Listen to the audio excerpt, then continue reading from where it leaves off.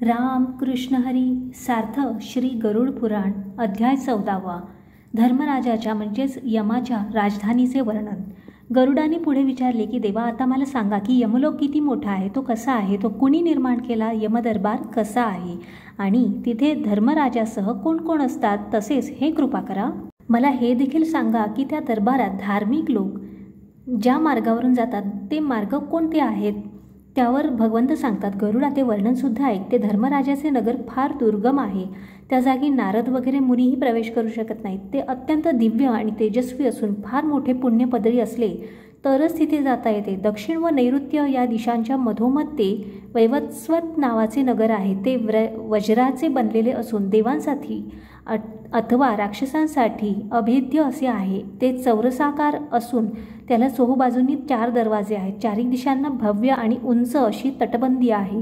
त्या राजधानीचा आकार 1000 औरस चौरस योजनां एवढा आहे। याच नगरात 25 योजने लांबीचे व तेवढ्याच रुंदीचे व 10 योजने उंचीचे चित्रगुप्तांचे निवासस्थान आहे। ते फार सुंदर असून अत्यंत तेजस्वी आहे। चौफेर लोखंडाची तटबंदी आहे। येण्या जाण्यासाठी 100 हमरस्ते असून ठिकठिकाणी ध्वज आहेत। तिथे विमानांचे पुष्कळसे तांडे आहेत। गायन व वादन यांचा आवाज नेहमी गुंजत असतो। कुशल चित्रकारांची चित्रे असलेल्या त्या निवासस्थानाचे निर्माण देवशिल्पी विश्वकर्माने केले आहे। बाग बगीच्यांनी ते शोभून दिसते व त्यामुळे नानाविध पक्ष्यांचा किलबिलाट सतत चालू असतो। गंधर्व आणि अप्सरांची गर्दी तिथे असते। त्या भवनात अद्भुत अशा आसनावर चित्रगुप्त बसून माणसांच्या कर्मांचा व आयुष्याचा हिशेब ठेवतो। तिथे त्याच्या नजरेतून कोणतेही कृत्य सुटत नसते, मग ते सत्कृत्य असो वा दुष्कृत्य असो। चित्रगुप्तांच्या न्यायव्यवस्थेप्रमाणे प्रत्येक कर्माचे फळ भोगावेच लागते। त्या भवनाच्या पूर्वेकडे ज्वराचा महाल आहे। दक्षिण दिशेला शूळ म्हणजे वेदना, चर्मरोग व विस्फोटक हे राहत असून पश्चिमेकडे काळाचा पाश, अपचन व अरुची यांचा वास असतो। उत्तर दिशेकडे क्षयरोग, पंडुरोग यांची वस्ती आहे। ईशान्येकडे मस्तक शूळ असून नैऋत्येला अतिसार तसेच वायव्येकडे थंडीने व उष्णतेने उद्भवणारे रोग आहेत। त्यांच्याशिवाय आणखी सुद्धा कितीतरी व्याधींचा तिथे वास आहे। चित्रगुप्त प्रत्येक जीवाचे क्षणोक्षणी होणारे शुभाशुभ कर्म लिहून ठेवतो। त्याच्या घराच्या पुढे 20 योजने गेल्यावर यमधर्माचा महाल आहे। ते तेजोमय असून रमणीय रत्ने जळवलेला आणि विजेप्रमाणे लखलख असा चमकत असतो। त्या यमाच्या घराची लांबी औरस चौरस 200 योजने इतकी असून उंची 50 योजने आहे। त्या घरात लांब हजारो खांब बसून सोन्याने मढवलेली अनेक दालने आहेत। शरदामधल्या ढगांप्रमाणे ते निर्मळ आहे। सुवर्ण कळसांमुळे त्याची शोभा वाढली आहे। चित्रविचित्र प्रकारचे स्फटिकांचे जिने व हिऱ्यांच्या फरशा लावलेली जमीन आहे। खिडक्यांवर मोत्यांच्या जाळ्या असून ध्वजपताका जडवलेल्या आहेत। दारे, खिडक्या व भिंती यांवर सोन्याची तोरणे असून त्यातील घंटांचा किणकिणाट व नगाऱ्यांचा नाद सतत चालू असतो। तिथे आणखीही अनेक नवल वाटेल अशा रचना असून शेकडो सोन्याची फडताळे व कोनाडे आहेत। बागेत अनेक प्रकारची झाडे आहेत, वेली आहेत व बिनकाट्यांची शोभेची झुडपे आहेत आणि अशा आणखी सुद्धा कितीतरी शोभेवंत वस्तूंनी भरलेल्या त्या महालाची निर्मिती विश्वकर्माने स्वतःच्या आत्मयोगाच्या बळावर केली आहे। त्या महालात 100 योजने लांबी रुंदी असलेला सदैव प्रकाशमान असा तेजस्वी व इच्छेप्रमाणे कमी जास्त बदल करता येईल असा धर्मराजाचा दिव्य दरबार आहे। तिथले वातावरण नेहमी समशीतोष्ण असते, त्यामुळे मन अत्यंत प्रसन्न राहते। तिथे दुःख नाही, उद्वेग नाही, जरा म्हणजेच म्हातारपण नाही, तहान व भूक यांची पीडा नाही आणि नावडणारी अशी कोणतीच गोष्ट नाही। देवांना व मानवांना जे जे हवे ते सर्व तिथे उपलब्ध आहे। शिवाय षड्रसयुक्त असे खाण्यापिण्याचे सर्व पदार्थ भरपूर प्रमाणात मिळतात। अत्यंत मधुर असे थंडगार व गरम पाणी मिळण्याची सोय आहे। तिथे मंगलकारक संवाद चाललेला असतो, तसेच इच्छिलेले देणारे असे कल्पवृक्षही आहेत। गरुडा, अरे त्या जागी कसलाच उपद्रव होत नाही, तो दरबार रमणीयता आहेच। शिवाय तिथे इच्छेनुसार कुठेही फिरू शकतात। तो बनवण्याआधी विश्वकर्म्याने दीर्घकाळ तपश्चर्या केलेली आहे। अशा त्या दरबारात जाऊ शकणाऱ्यात कठोर तप करणारे, व्रतधारक, सत्यवचनी, शांतवृत्तीचे, संन्यासी, सिद्धयोगी, पवित्र आचरणाने शुद्ध बनलेले लोक असतात। त्यांचे देह तेजोमय असतात आणि भूषणांनी शोभतात। त्यांची वस्त्रे निर्मळ असतात। याचे कारण एवढेच की ते त्यांच्या पूर्व आणि पुण्यकर्माचे फळ असते।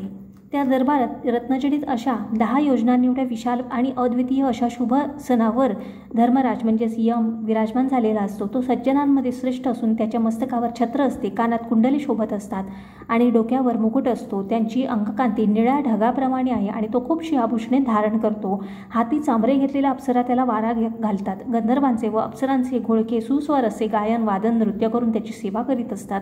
हातात पाश घेतलेला मृत्यूदेव, महाबलिष्ठ काळपुरुष, चित्रगुप्त, चमत्कारिक असा कृतांत हे आज्ञापालनाची वाट पाहत तत्पर झालेले असतात. शिवाय हातात पाश व दंडुके घेऊन आज्ञेबर हुकूम काम करणारे असे क्रूर आणि यमासारख्याच ताकदीचे अनेक योद्धे सभोवती आज्ञेची वाट पाहत उभे असतात. गरुडा, अग्निश्वात्ता, सोमप, उष्मप, स्वधावंत, बर्हिषद आणि साकारी व निराकारी असे पितर, तसे अर्यमा आदी करून इतर देहधारी पितर मुनिजनांसह तिथे यमधर्माच्या सेवेत तत्पर असतात. त्या मुनींमध्ये अत्री, वसिष्ठ, पुलह, दक्ष, क्रतू, अंगिरा, जमदग्नी, भृगु, पुलस्ती, अगस्ती, नारद असे मुनी व इतर सुद्धा श्रेष्ठ पितर त्या सभेचे सभासद आहेत. त्या सर्वांच्या नावांची व कार्यांची मोजदाद होऊ शकणार नाही, तर ते धर्म व अधर्म यांची परिभाषा निश्चित करून योग्य निर्णय देतात. अशा प्रकारे यमधर्माची सेवा परमेश्वरी आदेशाने करतात. त्या दरबारात सूर्यवंशातील व चंद्रवंशातील आणि इतर धर्माची रहस्य जाणणारे अनेक राजे धर्माला म्हणजेच यमाला सल्ला देण्याची सेवा करीत असतात. अशा त्या राजांपैकी मनु, दिलीप, मांधाता, सगर, भगीरथ, अंबरीश, अनरण्य, मुचकुंद, पृथु, निमी, ययाती, नहुष, पुरु, दुष्यंत, शिबी, नळ, भरत, शंतनू, पांडू, सहस्त्रार्जुन आणि कितीतरी असे राजे आहेत जे पुण्यवान, ख्यातकीर्त, पुष्कळसे अश्वमेध यत्न करून यमदरबारातील मानकरी झाले आहेत. त्या धर्मसभेत केवळ धर्म हाच प्रामाण असतो. तिथे पक्षपात, खोटेनाटे चालत नसून हेवेदावे वगैरेंना थारा नसतो. तिथले सर्वच सभासद धार्मिक वृत्तीचे असून शास्त्रांची मर्मे जाणत असतात.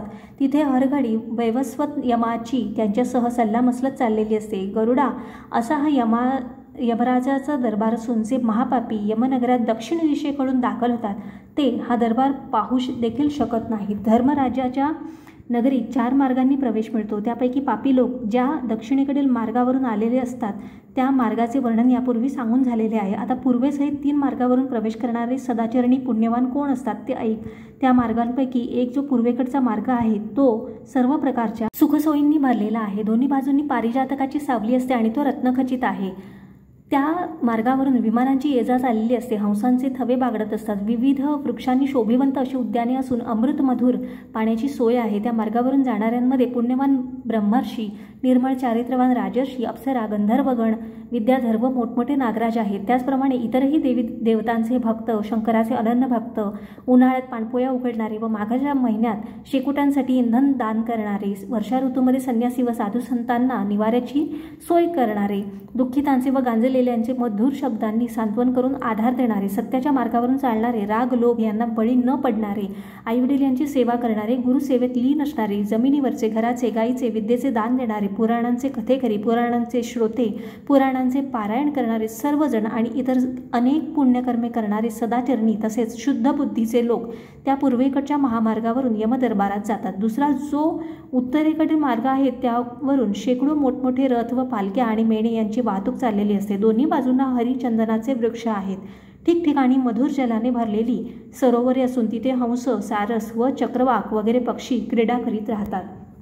या मार्गावरून जाणाऱ्यांमध्ये वेदांचे उपासक, अतिथीपूजक, दुर्गेचे, सूर्याचे भक्त व पर्वकाळी तीर्थस्नान करणारे, धर्मरक्षण करताना युद्धात वीरगती मिळालेले, शिवाय प्रायोपवेशन करून मरण पावलेले, वाराणसी क्षेत्रात गायींचे रक्षण करताना व किंवा तीर्थक्षेत्रामध्ये मरण पावतात ते, तसेच ब्राह्मणांना वाचवण्यासाठी, धन्यासाठी किंवा तीर्थक्षेत्रांचे रक्षण करीत असताना मेलेले आणि देवालयांचे रक्षण करण्याच्या प्रयत्नात अथवा योगमार्गाने शरीराचा त्याग करणारे, सत्पात्र पूजक तसेच मोठमोठी दाने करणारे असे सगळे यमाच्या दरबारात उत्तरेच्या दारातून प्रवेश करतात. तिसरा पश्चिमेकडचा जो मार्ग आहे त्यावर दुतर्फा रत्नखचित निवासस्थाने आहेत. अमृतमधुर पाण्याने भरलेली तळी आणि विहिरी जागोजागी आहेत. त्यावरून ऐरावत कुळातील हत्ती आणि उच्चैश्रवा अश्वाच्या वंशातील घोडे सतत येत जात असतात.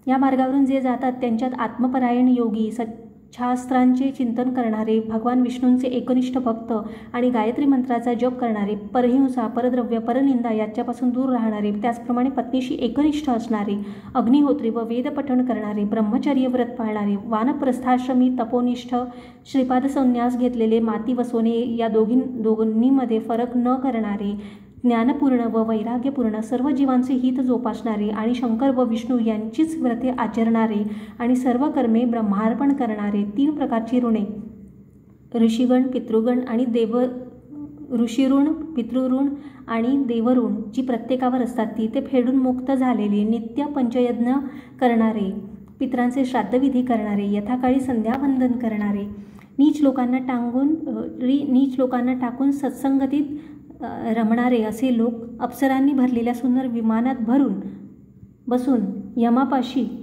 पश्चिमेच्या मार्गावरून अमृताचा स्वादचाकीत प्रवेश करतात. अशा 3 दिशांकडून येणाऱ्यांना पाहून यम स्वतः उठून त्यांना सामोरा जातो आणि आग्रह करून त्यांचे सन्मानपूर्वक स्वागत करतो. त्यावेळी यमधर्म चतुर्भुज असे रूप धारण करतो. त्यांच्या हातांमध्ये शंख, सुदर्शन चक्र व गदा, अशीच तलवार, अशी आयुधे असतात. तो त्या पुण्यात्म्यांशी अगदी जीवश्य कंठस्थ मित्रांसारखा वागतो. त्या सर्वांना बसण्यासाठी सिंहासने देतो, नमस्कार करतो, पाद्य वगैरे उपाचारांनी त्यांची पूजा करतो. त्यावेळी यम असे म्हणतो की हे दरबारी मानकऱ्यांनो, या ज्ञानी महात्म्याला आदरपूर्वक प्रणाम करा. आता हा माझा यमलोक ओलांडून ब्रह्मलोकात जाऊन राहील. तेव्हा सभासद म्हणतात की अहो पुण्यवान लोक हो, नरकातील दुःखांना भिवून तुम्ही पुण्यकर्मे आचरली व सुखदायक असे देवत्व मिळवले आहे. अत्यंत दुर्मिळ असा मनुष्याचा जन्म लाभून सुद्धा जो त्याची हेळसांड करतो व धर्माचरण करत नाही तो घोर अशा नरकातच पडतो. त्याच्यापेक्षा जास्त मूर्ख दुसरा कोणीच नाही.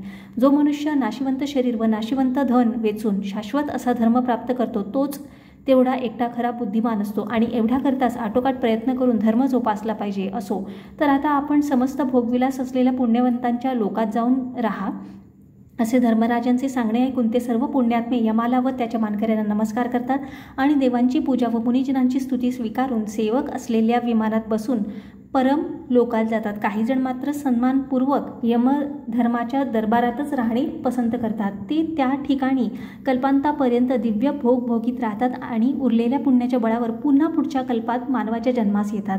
तेव्हा ते जन्मतःच वैभवसंपन्न, सर्वज्ञानी, शास्त्रांचे मर्म जाणणारे असे असतात. त्या जन्मात ते पुन्हा आत्मकल्याण साधून परमगती जातात.